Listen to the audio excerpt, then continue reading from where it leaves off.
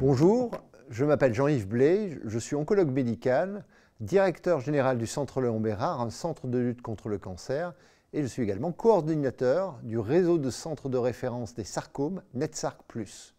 Je suis Françoise Ducimetière, manager opérationnel du réseau Sarcome et de sa base de données nationale. Je m'appelle Hugo Crochet, je suis le directeur des systèmes d'information et des données du Centre Léon Bérard. Nous sommes venus vous parler aujourd'hui des sarcomes.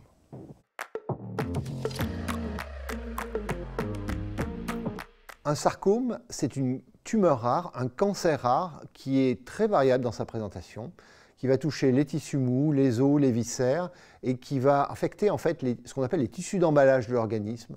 Environ 5000 patients sont affectés de sarcome par an en France.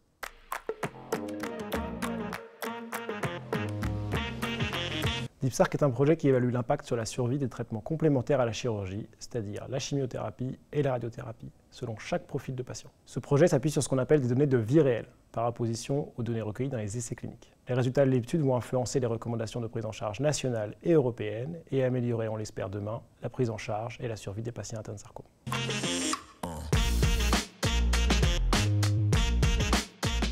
Alors pourquoi c'est important d'intervenir? Tout simplement parce que le taux de survie est d'environ 55-60% en moyenne au bout de 5 ans.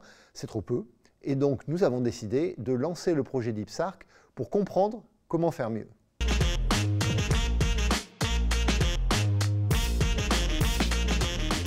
Les sarcomes, ce sont des maladies rares. Et comme toutes les maladies rares, on progresse lentement. Et depuis 40 ans de recherche clinique, on a pu établir des recommandations de pratique pour le traitement des sarcomes, mais du faible nombre de maladies, du faible nombre de patients, ces recommandations sont fragiles. Et parfois, les résultats sont contradictoires. Les résultats des études ne sont pas toujours cohérents.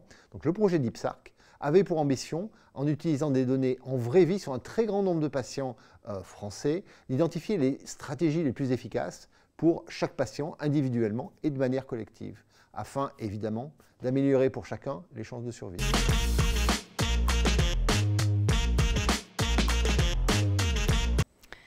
Pour ce projet, nous mobilisons 2 sources de données.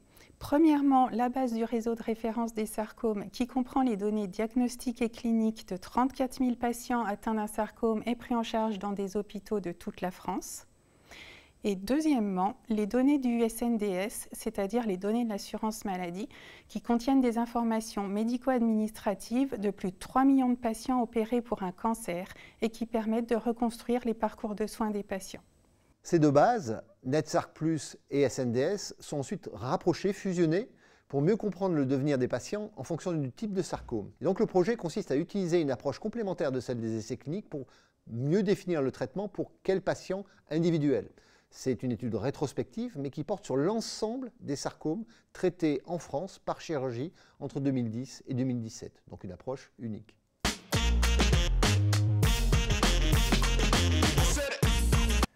Le principal défi était lié au rapprochement de ces 2 bases selon une approche indirecte déterministe. Il n'existe en effet pas d'identifiant patient commun entre les 2 bases chaînées.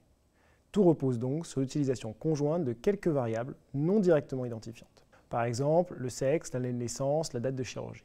Concrètement, il s'agissait de trouver une personne parmi 3 millions de patients porteurs de cancer dont les profils sont assez proches et de réaliser l'appariement sur des données, tout ça dans un temps assez limité. Pour le faire, il est nécessaire de disposer de plusieurs expertises.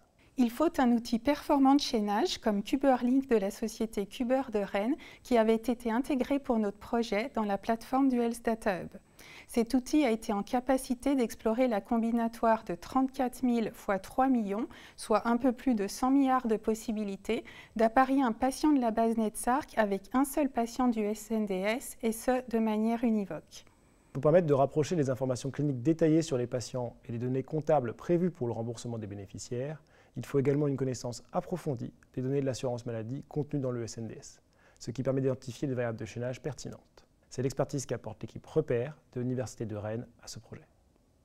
Effectivement, grâce à l'équipe Repère du professeur Emmanuel Auger, à l'issue de ces travaux, nous avons obtenu un taux d'appariement global de 73%, allant même jusqu'à 93% pour des sous-populations de patients, ce qui est un bon résultat compte tenu de la complexité de la tâche.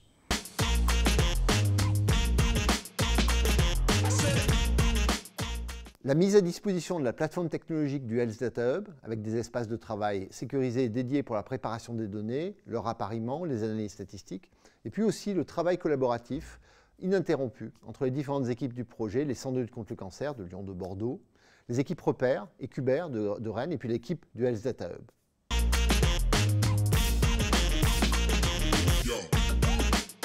La mise en place réglementaire du projet a pris 18 mois. L'appariement a été préparé, réalisé et affiné pendant 16 mois. Et les analyses statistiques sont très ambitieuses. Elles vont donc durer quasiment 2 ans. Les analyses statistiques sont effectuées par l'équipe de Simone Mathoulin-Pellissier à l'Institut Bergonié.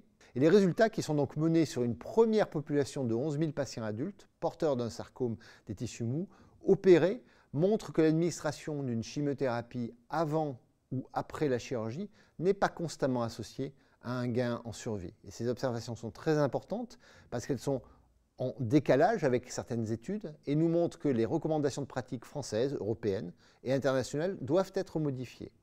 D'autres résultats sont attendus pour des sous-populations de patients et également une analyse économique effectuée par l'équipe de Lionel Perrier. Tout cela va nous permettre de changer les recommandations de pratique et de proposer des études cliniques adaptées aux sous-populations de patients.